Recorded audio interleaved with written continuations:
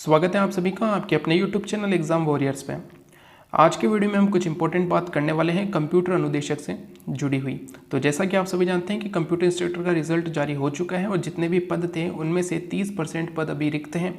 Document verification होना बाकी है और डॉक्यूमेंट वेरिफिकेशन के बाद इन रिक्त पदों की संख्या भी बढ़ सकती है। तो इन रिक्त पदों पर किस प्रकार से अभ्यर्थियों का सिलेक्शन किया जाए उस पर जो है संघर्ष चल रहा है कि किस प्रकार क्राइटेरिया को कम किया जाए या और कौन से उपाय हैं जिसके आधार पे अभ्यर्थियों का सिलेक्शन हो सके और इस भर्ती को कंप्लीट किया जाए। इसके बारे में हम बात करेंगे और सबसे इम्पोर्टेंट बात ये भी होने वाली है कि इसमें आपको ज्वाइनिंग कब तक मिल सकती है, यानी कि ज्वाइनिंग कब तक मिलने की आपकी उम्मीद है, वो भी हम बात करेंगे। तो आज का वीडियो आपको ध्यान से देखना है। तो चलिए शुरू करते हैं। यहाँ पर सबसे पहले दो चीज़ें हैं। पहली चीज़ तो निकल कर ये आती है, सबसे पहली बात तो ये है कि लगभग 3500 पद अभी रिक्त हैं। ठीक है, 3500 पद अभी भी रिक्त रहने वाले हैं डॉक्यूमेंट वेरिफिकेशन के बाद में। अगर डॉक्यूमेंट वेरिफिकेशन होता है तो लगभग 3500 पद यहाँ पे रिक्त रहेंगे। अगर हम बात करें तो जैसा कि हमने दिन के वीडियो में बात की थी कि पहले एक नियम हुआ करता था जिसमें दो क्राइटेरिया रखे गए थे। सबसे पहला तो ये था कि पेपर 1 और पेपर 2 में 35 लाने वाले पास हो जाते हैं। अगर सीटें खाली रहती है तो उन अभ्यर्थियों को मौका दिया जाता है जिन्होंने टोटल 40% मार्क्स प्राप्त किए हैं आउट ऑफ जितने भी दोनों पेपर का मिलाकर जो पेपर होता था उनमें से अगर 40% मार्क्स उनके हैं तो उन्हें भी पास कर दिया जाता था। तो ऐसा यहाँ भी हो सकता है क्योंकि ये पहले भी नियम रहा है, तो इसमें उस नियम को लागू करने में कोई भी यहाँ पर दिक्कत नहीं आएगी और ये चीज़ आसानी से हो सकती है। यानी कि जो भी अभ्यर्थी दोनों पेपर में मिलाकर 40% का क्राइटेरिया पास कर रहे हैं, यानी कि उनके अलग अलग 40% नहीं है लेकिन दोनों पेपर को अगर मिला लिया जाए तो अगर वो 40% का क्राइटेरिया पास कर जाते हैं तो उनका चयन यहाँ पर हो सकता है। लेकिन दूसरी बात ये भी है कि ऐसे अभ्यर्थियों की संख्या ज़्यादा नहीं है। ऐसा क्यों है? क्योंकि ऐसे अधिकांश जो अभ्यर्थी हैं, यानी कि ज़्यादातर अभ्यर्थी जो हैं वो इस लिस्ट में शामिल हो चुके हैं, क्योंकि आपको पता है कि क्राइटेरिया जो है 80% का है। दोनों पेपर का 40 लाने वाले उसमें पास हो चुके हैं। तो ऐसे बहुत ही कम अभ्यर्थी हैं जिन्होंने दोनों पेपर में 40% नहीं ला पाए या किसी एक में 40% लेकर आ गए हैं, किसी दूसरे में पेपर में नहीं ला पाए हैं। तो उनके ओवरऑल जो है 80 जो मार्क्स है आउट ऑफ 200 वो उनके हैं। ऐसे अभ्यर्थी काफ़ी कम हैं। अगर हम एक अनुमान लगाएं तो लगभग ऐसे 2000 अभ्यर्थी मिल सकते हैं, यानी कि आप ये मान के चलिए 2 से 3000 अभ्यर्थी ऐसे हो सकते हैं। लेकिन अभी भी इनको डॉक्यूमेंट वेरिफिकेशन के लिए 2 गुना अभ्यर्थी तो चाहिए, लेकिन अभी ऐसा नहीं हुआ। अभी 70% कैंडिडेट इनको मिले हैं। तो रिक्त रहने वाली पदों पर यानी कि 3500 पदों के 2 गुना अभ्यर्थी इनको चाहिए होंगे। अगर 2 गुना की बात भी नहीं करें तो लगभग 1.5 गुना के आसपास अभ्यर्थी इनको चाहिए। यानी कि आप मान के चलिए लगभग 5500 अभ्यर्थी अगर इन सीटों को भरा जाता है तो 5500 अभ्यर्थियों की आवश्यकता है। क्योंकि डॉक्यूमेंट वेरिफिकेशन में काफ़ी अभ्यर्थी बाहर हो जाते हैं, इसीलिए 1.5 गुना या 2 गुना अभ्यर्थियों को बुलाया जाता है। तो लगभग 5500 अभ्यर्थियों की अभी भी आवश्यकता है। अगर सिर्फ जो 40% का क्राइटेरिया है, यानी कि टोटल मिलाकर अगर 40% से ऊपर है उन अभ्यर्थियों को भी पास किया जाता है तो भी सीटें यहाँ पर खाली रहने वाली हैं। तो इसीलिए यहाँ पर शिथिलता की मांग की जा रही है कि अगर ये चीज़ भी हो जाती है, यानी कि दोनों पेपर को मिला के जो 40% से अबोव है अगर उनको भी पास कर दिया जाता है तो भी सीटें खाली रहती हैं, तो उसके आधार पर यहाँ पर शिथिलता की मांग सबसे बेहतर है। इस समय के लिए सबसे बेहतर मांग है शिथिलता की, जिस पर संघर्ष जारी है और संघर्ष निरंतर बढ़ता जा रहा है।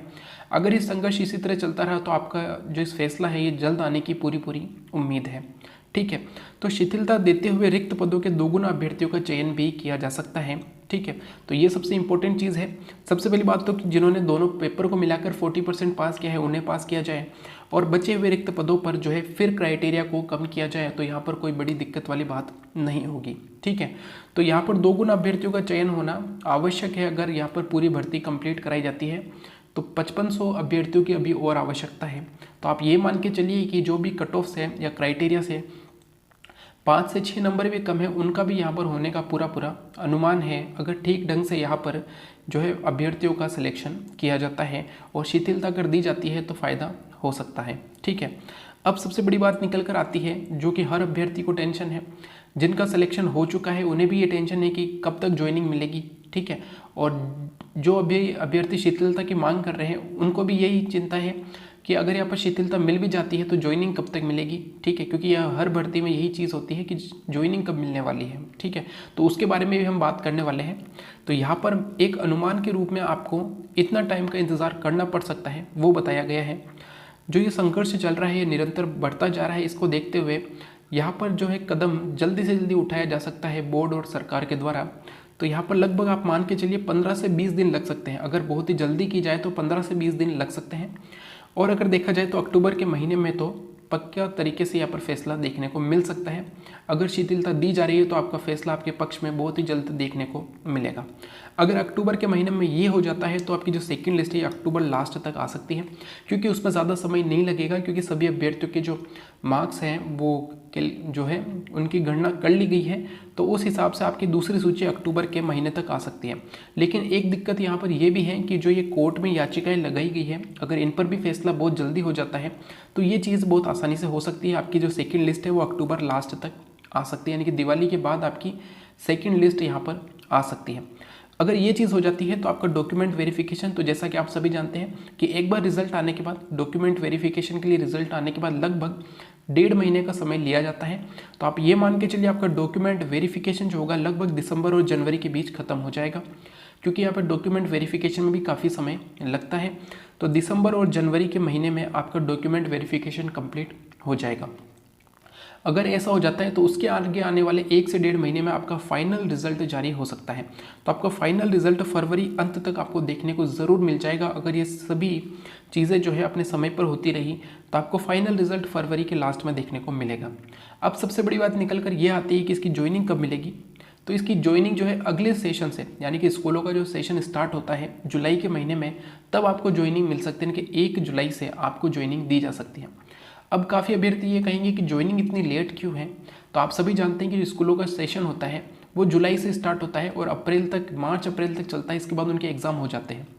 तो सरकार का भी यही मानना है रहेगा इसमें, क्योंकि यहाँ पर जो बजट मिला हुआ है उसमें कटौती क्यों की जाए, क्योंकि यहाँ पर जब है फरवरी अंत तक आपका रिजल्ट आएगा, उसके बाद आपको महीने भर बाद आपको ज्वाइनिंग दी जाएगी, यानी कि मार्च के महीने में ज्वाइनिंग आपको मिलेगी अगर हम ऐसा मान के चलते हैं। तो मार्च और अप्रैल में तो वैसे भी जो है छात्रों के एग्ज़ाम शुरू हो जाते हैं, जो भी स्कूल में पढ़ने वाले हैं उनके सभी के एग्ज़ाम शुरू हो जाते हैं। और तब तक जो है कंप्यूटर इंस्ट्रक्टर की वहाँ पर कोई ज़रूरत नहीं होती है, क्योंकि कंप्यूटर इंस्ट्रक्टर उस समय क्या पढ़ा पाएगा जब वहाँ पर एग्ज़ाम चल रहे हैं और लगभग एग्ज़ाम आ चुके हैं, तब तो पढ़ाने का कोई मतलब नहीं है।